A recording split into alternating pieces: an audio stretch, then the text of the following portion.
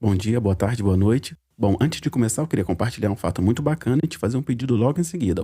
O fato é que os agregadores de podcast começaram a recomendar o Parentalidade Preta para novos ouvintes. Isso tem acontecido porque muita gente tem avaliado e ouvido Parentalidade Preta. Então o pedido é o seguinte: avalie e ouça o Parentalidade Preta aí no seu agregador. Aí, enquanto você escuta, não deixa de dar uma nota 5, 5 estrelas ou qualquer outra coisa que faça com que ele seja bem avaliado na plataforma.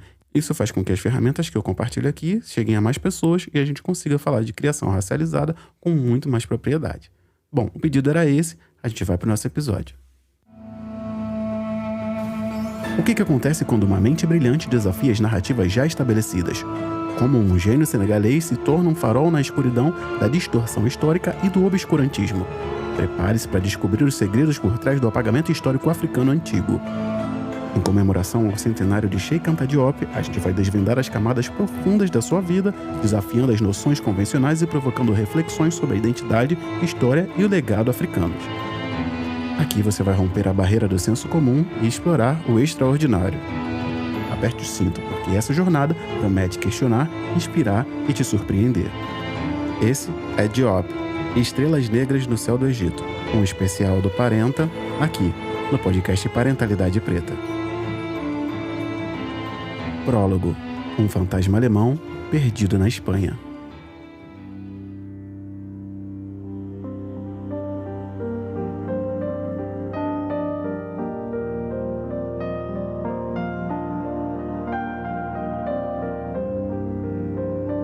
Cerca de 4 milhões de anos atrás, os primatas se dividiram em grupos diferentes.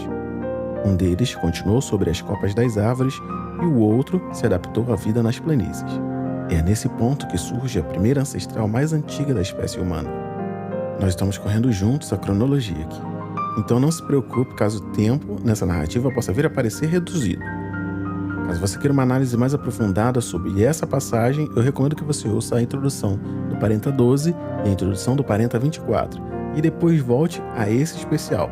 Eu vou inclusive te dar um tempo para você fazer isso agora, porque eu deixei os links na descrição desse episódio. Pode ir lá. Voltando, talvez você já tenha ouvido falar da Lucy. Lucy em português. Ela é a ancestral mais antiga da espécie humana que se tem vestígio. Os seus restos mortais foram encontrados no deserto de Afar, na Etiópia, e talvez você já conheça essa história daqui do Parenta, mas ela deve sempre ser recontada. Lucy foi descoberta por acaso por pesquisadores americanos numa expedição naquele local, e o seu nome nada mais é do que uma grande coincidência, porque na hora em que o cientista passou por ela, o rádio dele tocava a música Lucy in the Sky with Diamonds, dos Beatles. E foi nesse momento, no ano de 1974, que a história da humanidade ganhou mais um capítulo. Um que consagraria de vez a África como berço da humanidade. E eu vou destacar aqui, berço da humanidade, porque há um grande deslocamento em relação ao berço da humanidade e ao berço da civilização. Essa conversa a gente vai ter ao longo desse especial. O fato é, se Lucy era africana, o ser humano também. Mas nem sempre todo mundo concordou com isso. Mas para ampliar essa construção, a gente vai precisar dar uma passada em um ponto entre 4 milhões de anos antes de Cristo e 1974. Mais precisamente na época seguinte às primeiras migrações de hominídeos pelo mundo, cerca de 2 milhões de anos atrás, quando o homem de Neandertal foi visto pela primeira vez na então glacial Europa. Mas para isso, a gente vai precisar voltar um pouco no tempo agora.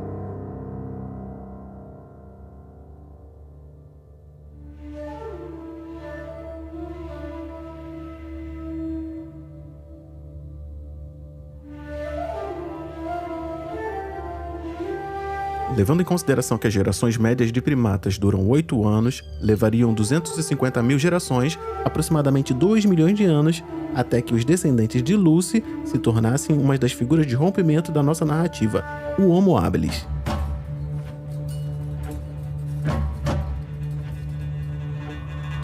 Esse nome foi dado pelo fato do mesmo ter condições intelectuais maiores, com cérebros 50% maiores que os seus antecessores.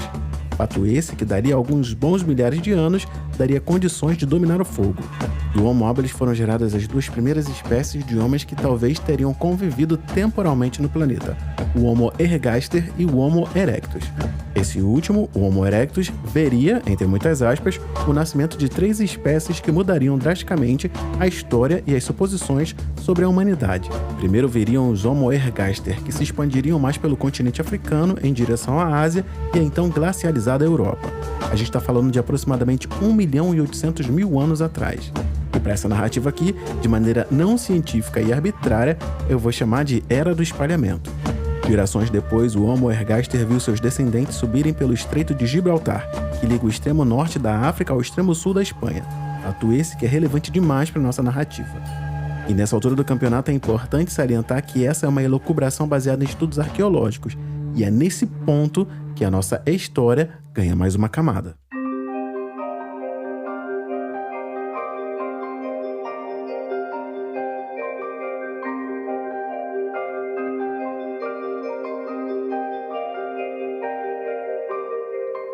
Segundo a Wikipédia, o Homo heidelbergensis é uma espécie de hominídeo extinto que surgiu há mais de 500.000 anos e perdurou pelo menos até cerca de 250.000 anos atrás, tendo vivido num período conhecido como Pleistocênio Médio. Eu sei, são muitos nomes difíceis, mas a gente vai continuar, isso aqui vai ficar bem tranquilo. Essa espécie de hominídeo recebeu seu nome pelo seu local original de descoberta dos primeiros fósseis, uma propriedade rural próxima a Heidelberg, na Alemanha. Devido à sua semelhança anatômica e sítios arqueológicos convergentes com outras espécies do gênero Homo presentes no Pleistocênio Médio, como o Homo sapiens, o homem de Neandertal e o Homo erectus, diversos fósseis encontrados durante a década de 1980 e 1990 foram classificados da forma não seletiva sobre a espécie Homo heidelbergensis.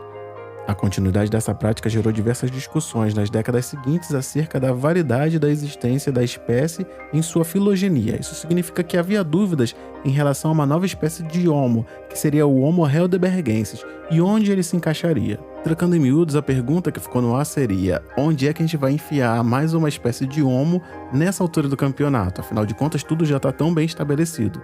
E esse questionamento foi respondido da seguinte forma, abre aspas: atualmente, o Homo heidelbergensis é classificado como uma cronoespécie, uma espécie de transição, que haveria evoluído das linhagens africanas do Homo erectus, sendo classificado ainda como um ancestral comum mais recente entre o Homo sapiens, o homem automaticamente moderno, e o homem de Neandertal, ou o Neandertal. Eu sei que nessa altura do campeonato você deve estar pensando: caramba, Diego trouxe um monte de dados aqui, eu quero ver ele juntar isso tudo numa narrativa que continue coesa. Então, se você achava que eu ia me enrolar nessa construção, eu vou dar mais um nó nessa corda. A gente vai retornar cerca de 1.404 quilômetros de Heidelberg, na Alemanha, em direção ao Estreito de Gibraltar, no sul da Espanha. A gente vai dar uma parada obrigatória na Serra de Atapuerca, em um dos cemitérios mais importantes dessa parte da história, o Abismo dos Ossos.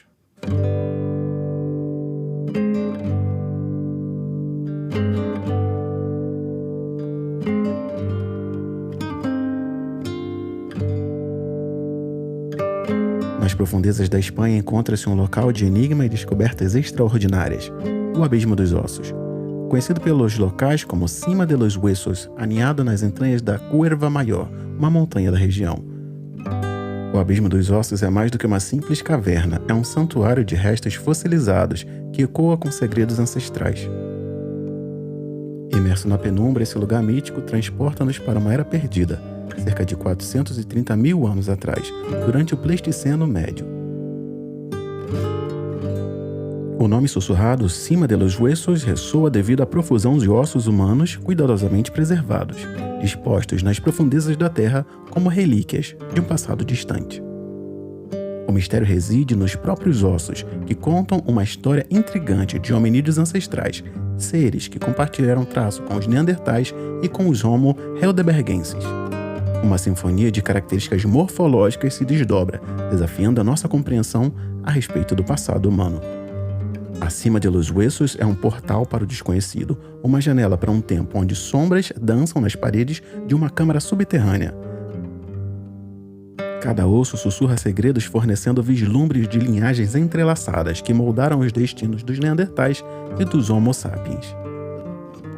Esse local místico, enigmático e repleto de ressonâncias do passado permanece como um testemunho silencioso da jornada fascinante da evolução humana. E nele talvez se encontrasse o elo perdido entre o homem primitivo e o moderno, por mais que houvesse estudos importantes sobre o tema. Tinha-se que o homem de Neandertal era uma espécie originária do europeu, fato esse que ao longo do tempo foi desmentido com a certeza de que essa foi uma espécie extinta sem uma evolução no continente. Ele teria subido os trópicos para morrer no frio setentrional, e eu quero que você guarde essa palavra, setentrional. Os ossos do Abismo dos Ossos na Espanha e de Heidelberg na Alemanha logo se demonstraram da mesma espécie, uma espécie transitória que estaria fadada ao único fim, a extinção. Enquanto isso, a mãe África, na barriga dos Homo ergaster que lá ficaram, gestava o seu bendito fruto, a série perfeita da evolução, a pérola da criação, o Homo sapiens, que dali a mais 1 milhão de anos faria o mesmo caminho, cruzando Gibraltar em direção a uma Europa mais quente, com condições melhores de vida, para assim se estabelecer naquele continente de fato. A partir de agora, a gente vai ver as implicações desse preâmbulo que a gente construiu na próxima narrativa, na próxima parte dessa história. Só que a gente vai fazer isso depois do intervalo.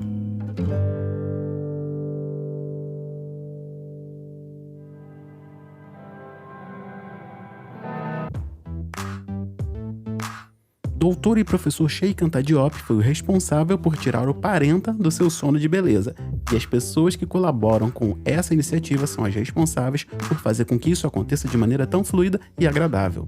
Bom, nessa altura do campeonato, você já entendeu que eu vim aqui falar sobre a campanha de financiamento coletivo do Parentalidade Preta, que faz com que muitas coisas aconteçam aqui. Inclusive que a gente consiga manter o próprio Parentalidade Preta como uma iniciativa independente. E é óbvio que eu preciso dizer que algumas pessoas mantêm isso acontecendo.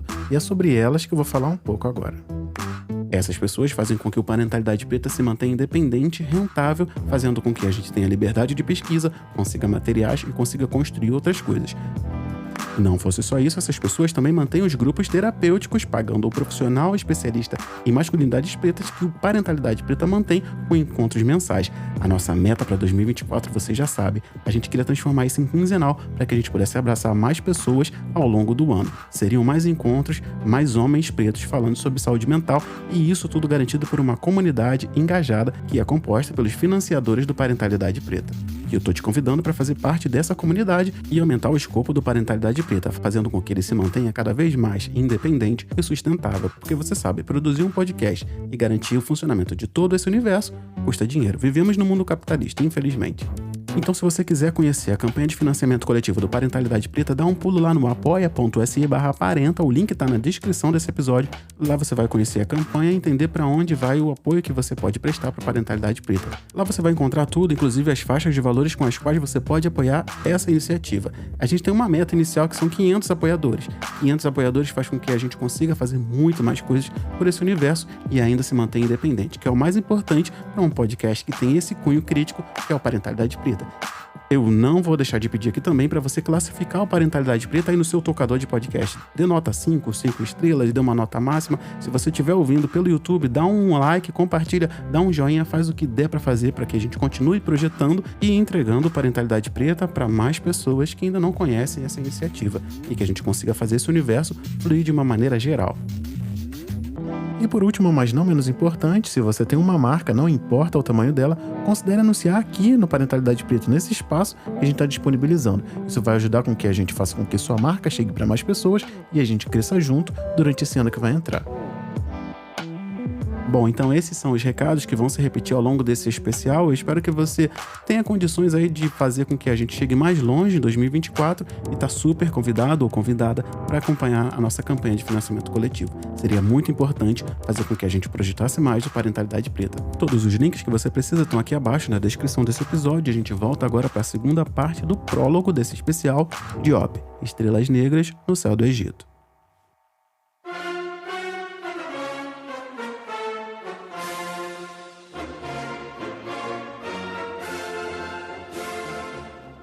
O ano era 1907 e a corrida armamentista crescia na Europa, em um momento tenso que confirmava a escalada para a Primeira Guerra Mundial. E para falar dela, eu vou ler um trecho do texto do mundoeducação.uol.com.br, publicado por Carlos César Riga. E ele é o seguinte, abre aspas. Em meados do século XIX, a Europa atravessava a segunda fase da Revolução Industrial, quando outros países começavam o processo de industrialização. As unificações alemã e italiana ocorridas no mesmo período acirraram a concorrência dessas potências para expandir o domínio econômico em outras regiões do globo, como a Ásia e a África. Essas unificações se deram por meio de guerras entre as próprias nações europeias. O neoimperialismo foi o domínio europeu sobre o continente asiático e o continente africano. Além das questões econômicas, a cultura foi o outro fator importante para o domínio europeu nesses continentes. A Europa representava o desenvolvimento e o progresso, enquanto a Ásia e a África eram consideradas inferiores e necessitavam desse domínio externo para aderir à civilização.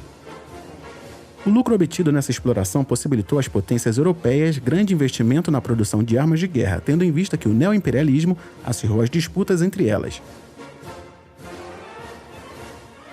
Outra área que recebeu investimento foi a cultura, por isso o período anterior à Primeira Guerra Mundial é denominado como a Bela Época, uma época bela, quando a Europa era a maior referência na produção cultural.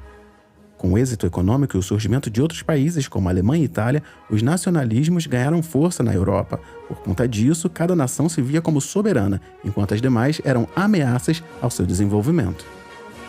O estopim da Primeira Guerra Mundial acontece em 28 de junho de 1914, quando o arquiduque do Império Austro-Húngaro, cuja marcha militar você está ouvindo agora, Francisco Ferdinando e sua esposa Sofia, foram assassinados enquanto desfilavam pelas ruas da cidade de Sarajevo, na Bósnia. Naquela época, o território era dominado pelos austríacos e vários grupos clandestinos surgiram para lutar em favor da independência. Um desses grupos era o Mão Negra, do qual Gavrilo Príncipe, autor dos disparos que mataram Ferdinando e Sofia, fazia parte.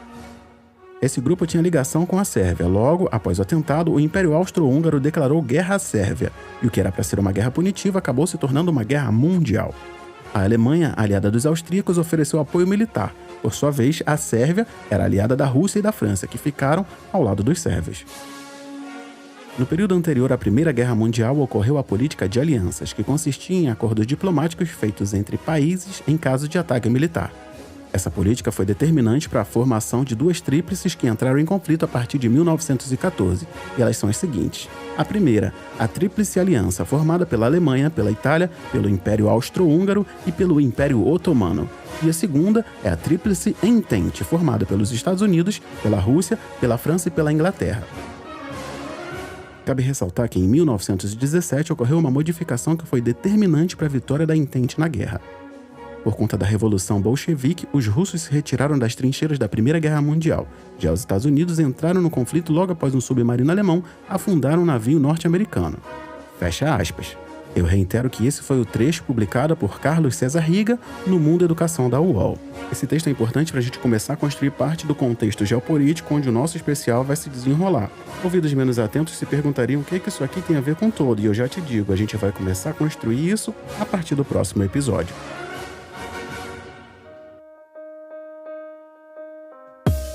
Eu sou Diego, pai de Benjamin, Aurora e esposo de Tatiane, e esse foi o prólogo do especial Diop, Estrelas Negras no Céu do Egito. Esse é um spin-off do Parenta, que é o carro-chefe aqui do podcast Parentalidade Preta, onde eu vou propor uma construção em comemoração ao centenário do nascimento do doutor e professor Cheikh Anta Diop, que tanto é referência para as construções do Parentalidade Preta como o universo. O podcast Parentalidade Preta faz parte do Parentaverso, que é o universo que se completa e se expande em qualquer lugar onde você consiga achar a menção Parentalidade Preta. Em todas as mídias do Parentalidade Preta eu busco compartilhar ferramentas que eu adquiri ao longo do tempo para que a gente possa investir numa criação racializada, que projete os nossos filhos para frente com uma consciência racial empoderada de verdade. Eu não sei se você sabe, mas exatamente nesse momento, em dezembro de 2023, o podcast Parenta, que é o carro-chefe aqui do Parentalidade Preta, está entre temporadas. Isso quer dizer que esse episódio é um spin-off. A gente está soltando conteúdos além que estão expandindo esse universo. Então, se você gostou desse especial, eu vou te convidar para continuar por aqui e até que saia o próximo episódio, você ouça os outros episódios aqui do podcast Parentalidade Preta e tudo que tem sido compartilhado até agora. Bom, eu te espero na próxima. Não deixa de acessar o @Parentalidade Preta e de colaborar com a nossa campanha de financiamento coletivo, que é o que faz com que esse universo aconteça. Acessa lá o apoia.se/parenta. Se você gostou desse episódio, manda ele para alguém e não deixa de classificar o Parentalidade Preta aí no seu tocador. A gente se vê na próxima. Grande abraço e até mais.